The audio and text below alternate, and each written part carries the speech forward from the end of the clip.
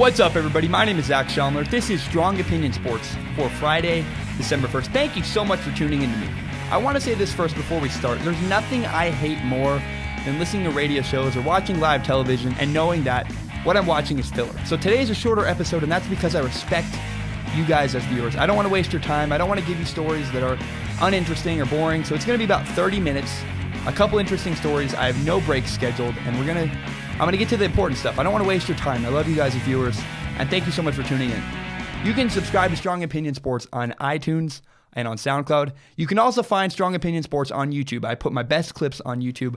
I also put my entire episodes on YouTube as well. If that's how you want to consume podcasts, you can watch the entire podcast, Strong Opinion Sports, on YouTube. Tell your friends about this show. I know there are people out there that do not know Strong Opinion Sports exists. I would love your help to tell them about this show. I love this podcast. It's my favorite thing I do. I'm recording after 10 o'clock on a Friday night because it's just my passion. It's what I love to do. So tell your friends about Strong Opinion Sports. We have a couple short stories today. I want to get to important, good stuff, though.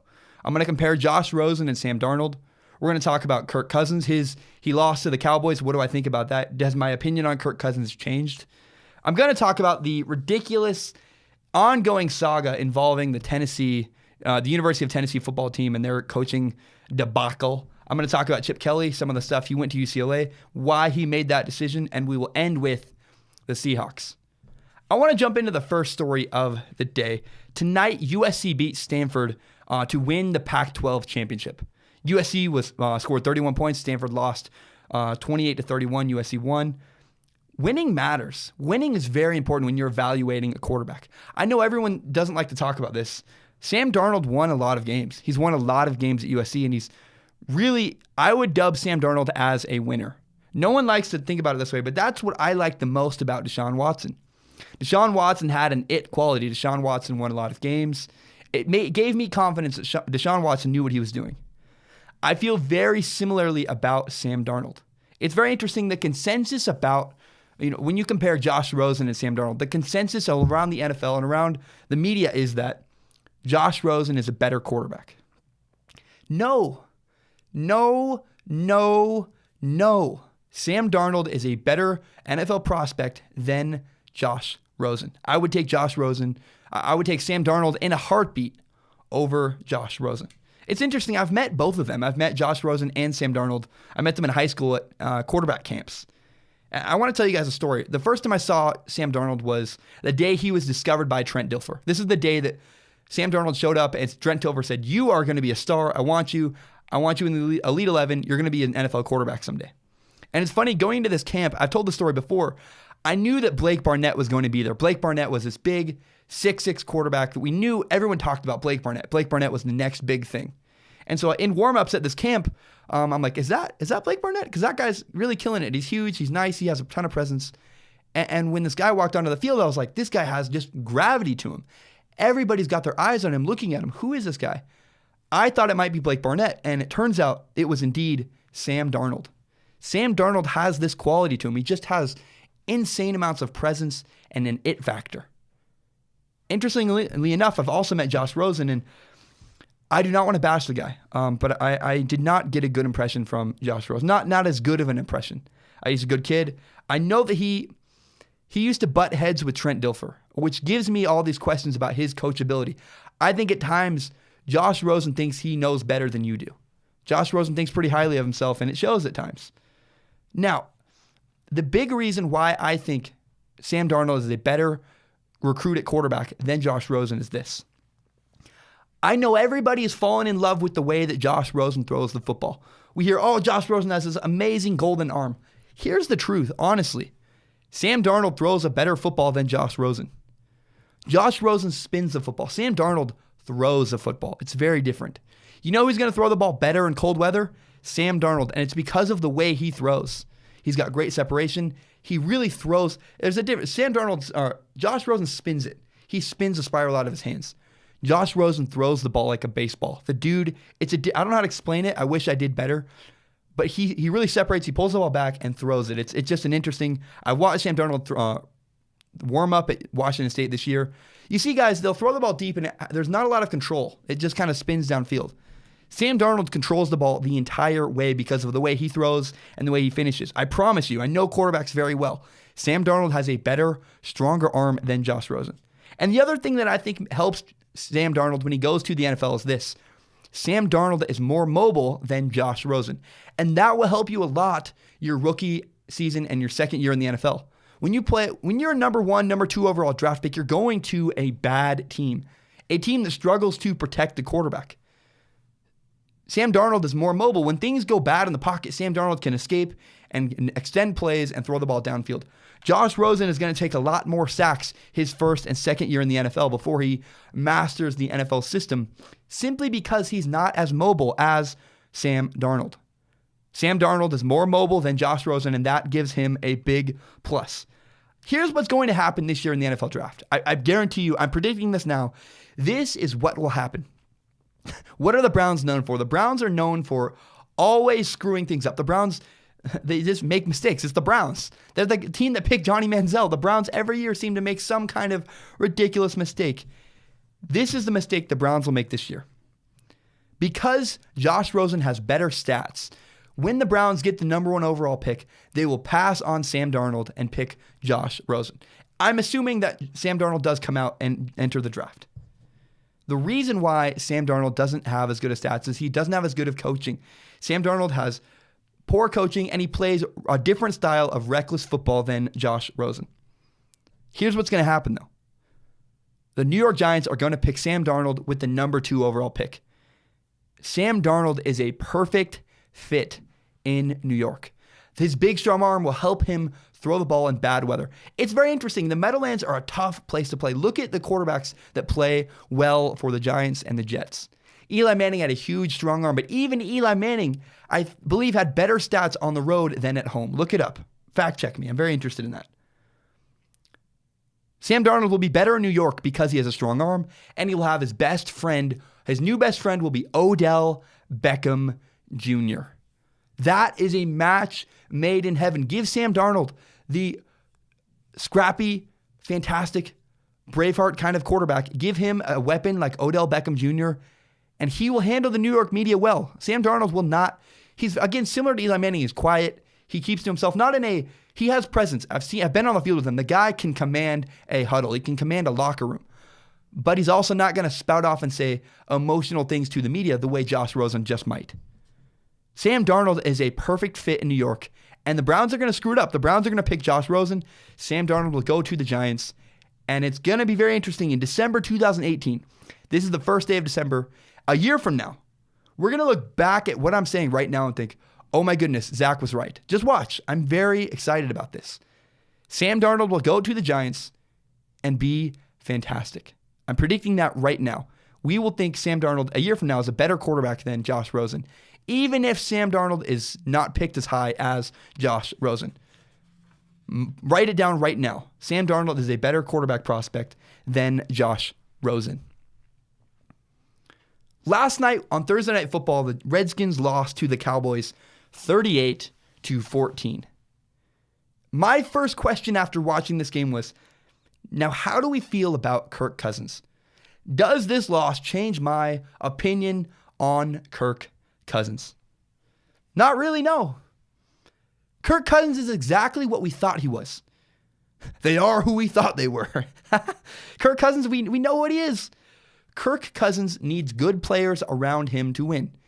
Kirk Cousins is not a top-tier quarterback in the NFL. He's maybe a second-tier, maybe even third-tier guy, but Kirk Cousins is a franchise quarterback.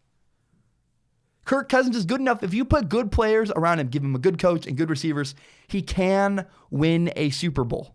And you can't say that about every quarterback in the NFL. Not every quarterback could win with the best team.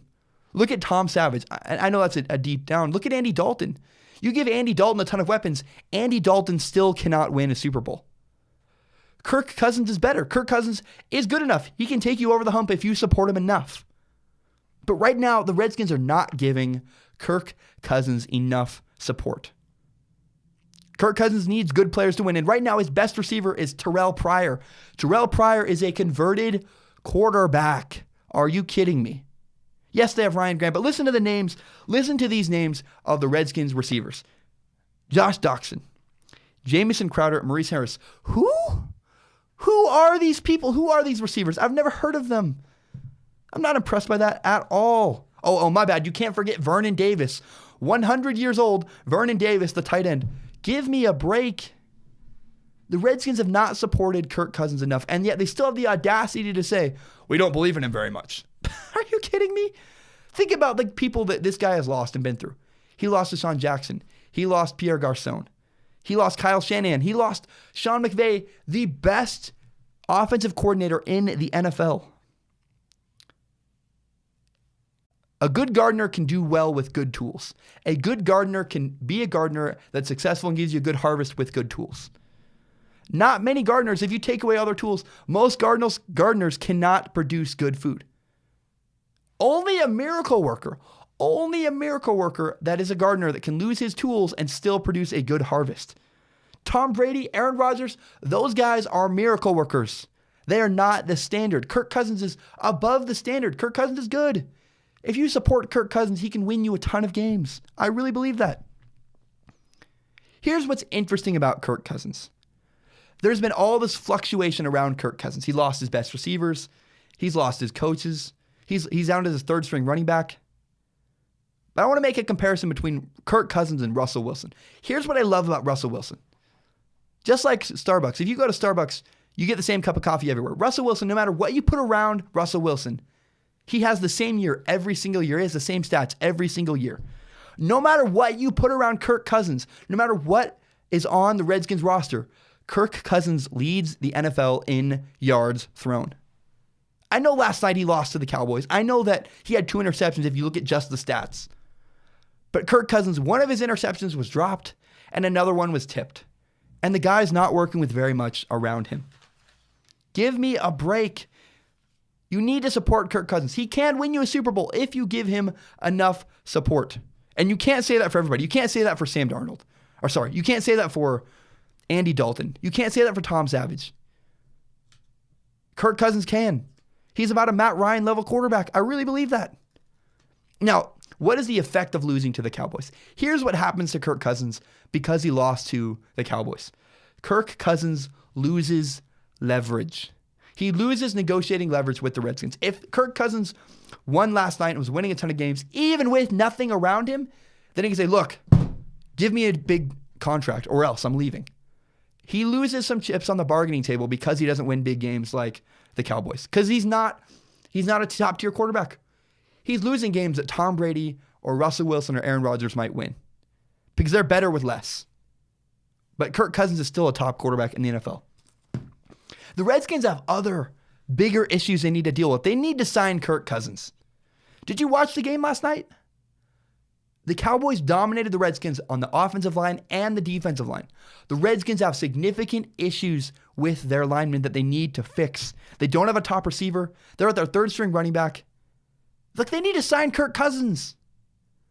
If you had a checklist of all these things, if you're an NFL team and you have a checklist, the first thing you need is a quarterback. Then you need good receivers and good defensive linemen, good offensive linemen. Bam, bam, bam, bam, bam, right? You need to go down the list. But you have the answer. You have the thing to check off the first thing you need on the grocery list. Sign Kirk Cousins. Get at least one of your issues out of the way, and then you can solve everything else. It is not just Kirk Cousins' fault. The Redskins have not supported him very well, and they don't have very many weapons around him. Kirk Cousins is a franchise quarterback, and if you give him a good enough team, he can win you a Super Bowl. And you cannot say that for everybody. You can't say that for Andy Dalton. Andy Dalton, look at his weapons this year. Andy Dalton has not produced, even though he has some really good offensive weapons. Kirk Cousins is a top quarterback that you need to support.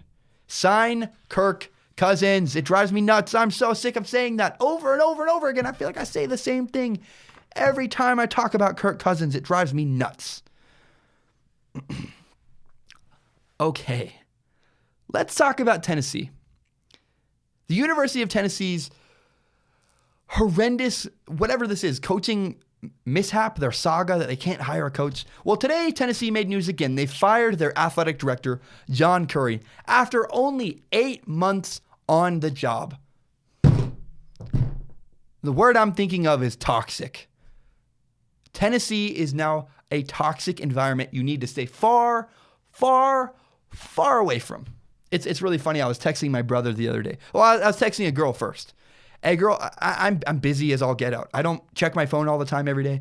And I'm pretty bad at texting. Right now I have 74 unread messages on my phone. I'm horrible at texting. I'm sorry. I'm too busy making podcasts and making videos and running all over the place.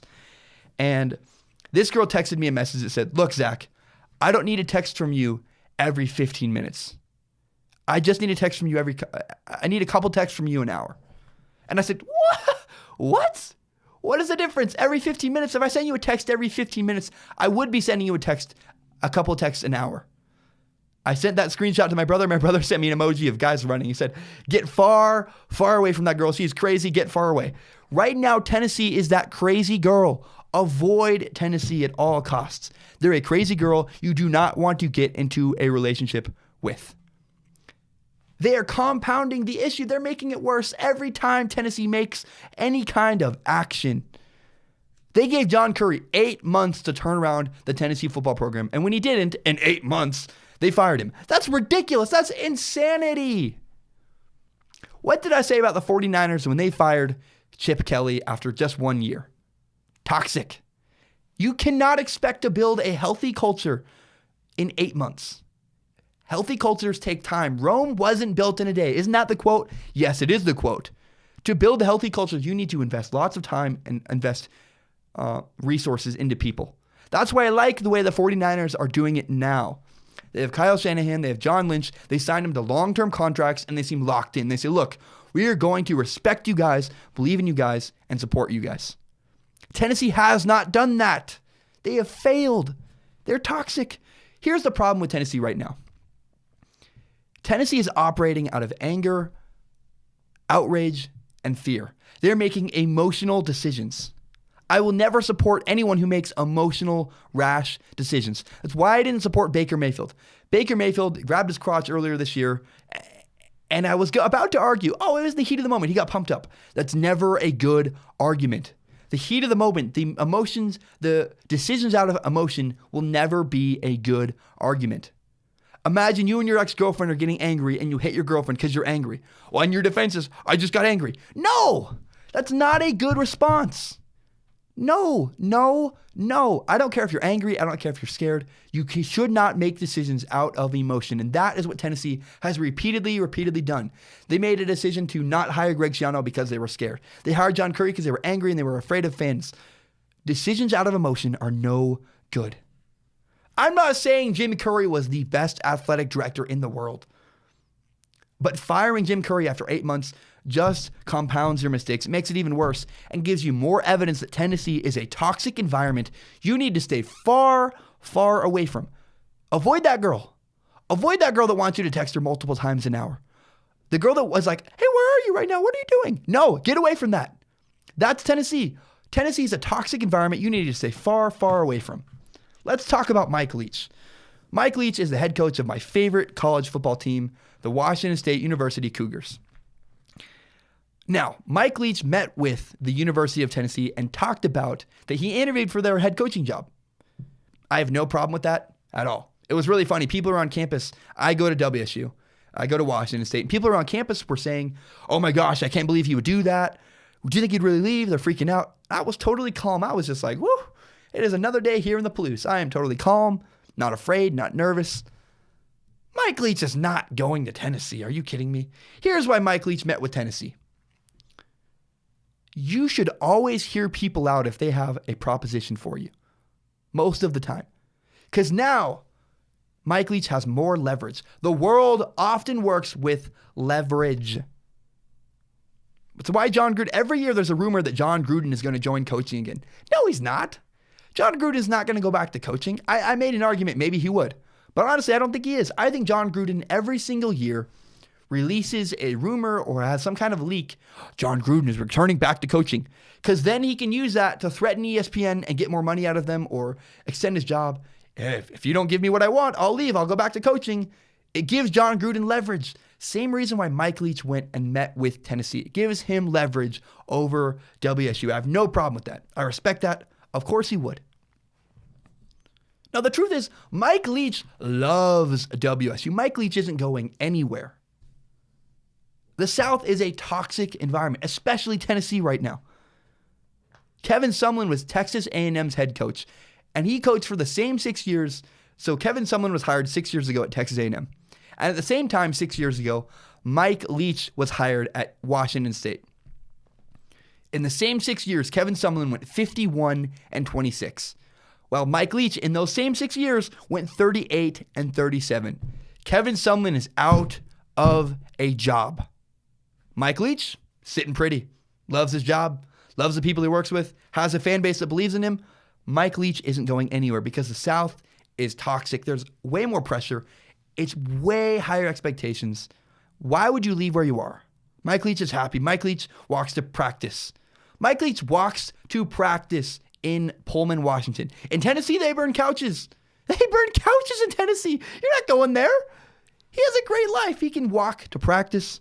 He lives on the hill. I can see his house from where I live. I wonder what's it like to be a millionaire in Pullman, Washington, where you can get an apartment for $300 a month. Whoa, what?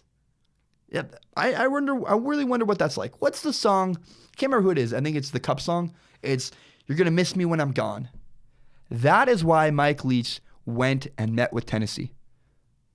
It made everyone at WSU think, oh, what if we lose Mike Leach? I bet you appreciate Mike Leach a lot more now that you know he's not leaving. He loses to University of Washington in the Apple Cup. Then he meets with Tennessee and we go, oh, is he going to leave? Is he going to leave? Is he going to leave? Oh, no. He doesn't leave. You're like, oh, thank goodness. Now, if he didn't meet with Tennessee, would we think, oh, thank goodness? Maybe. Probably not.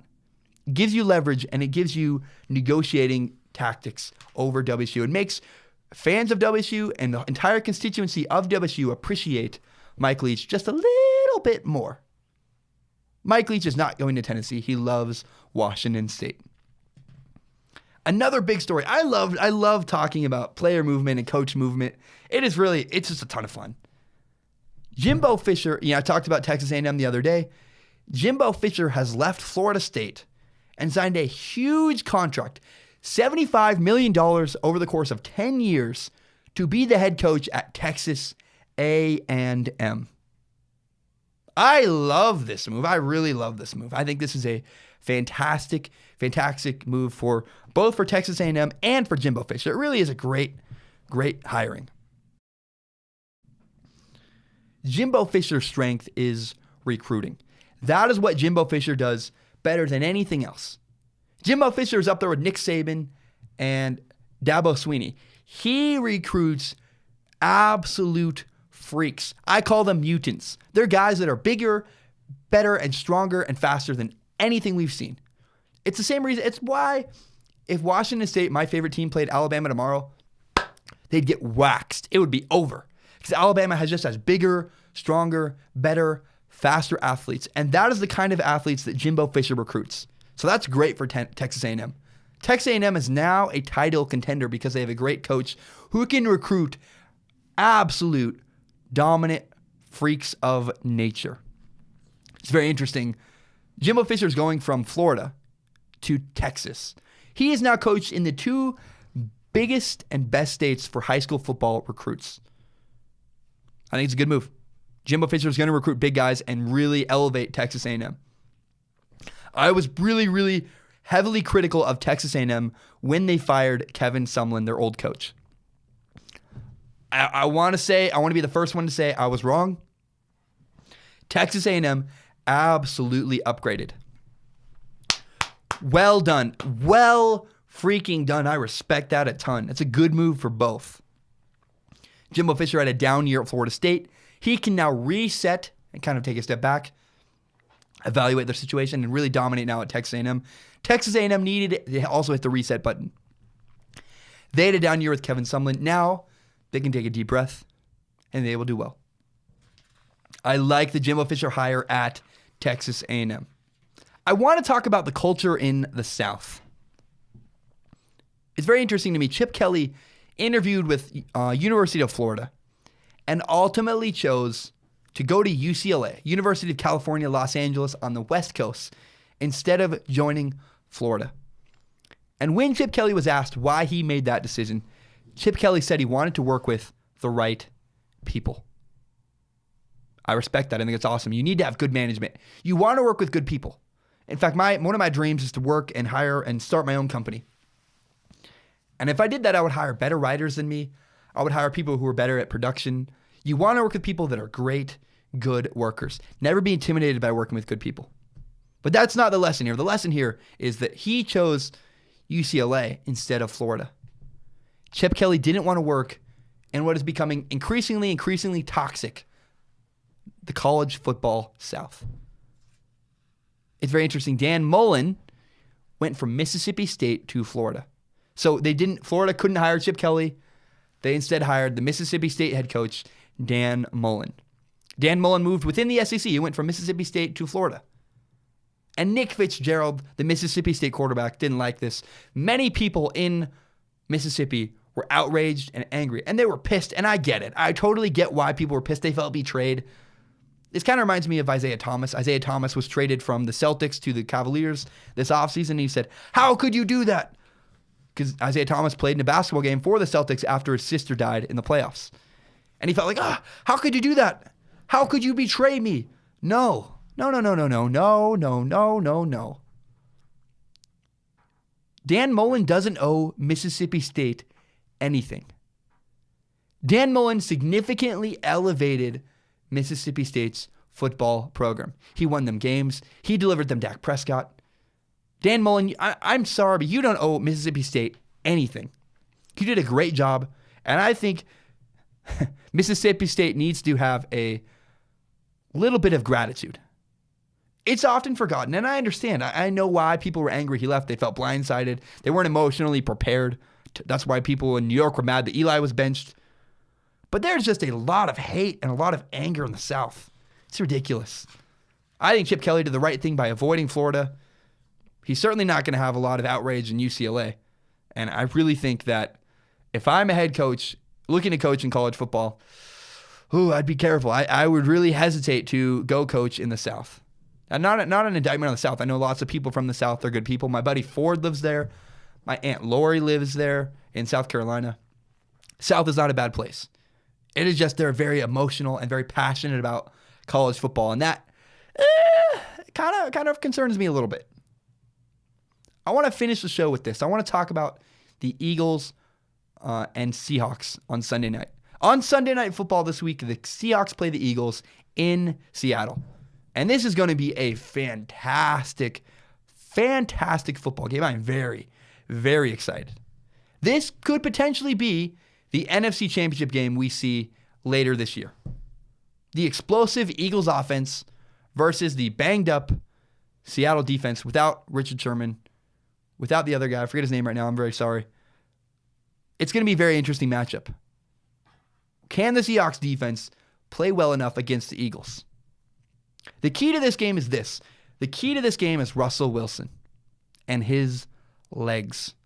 The Seahawks have lost 2 games in a row at home.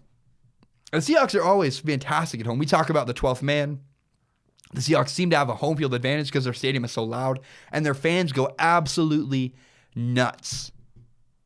Yet they've lost 2 games at home in a row. That's concerning. So the key to the game is Russell Wilson's legs, because Russell Wilson's legs make him unpredictable. You can game plan all you want against Russell Wilson. You can plan to stop Jimmy Graham. You can plan to stop the running game. You can plan to stop the receivers, Doug Baldwin. But then Russell Wilson takes off, and you have no game plan for that. You can put a quarterback spy on Russell Wilson, but then you're taking a guy out of coverage, and I'm really excited to see.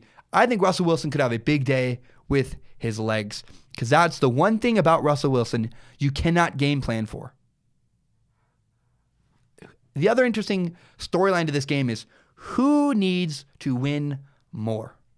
Right now, the Seahawks are 7-4. They are 1 game behind the Rams in the NFC West. The Seahawks need this game really badly. The Eagles are 10-1. The Eagles have no competition within their division in the NFC East. The Seahawks need this game more. The Seahawks need to win on Sunday night to keep their hopes alive, and they need to win this big game, this big matchup.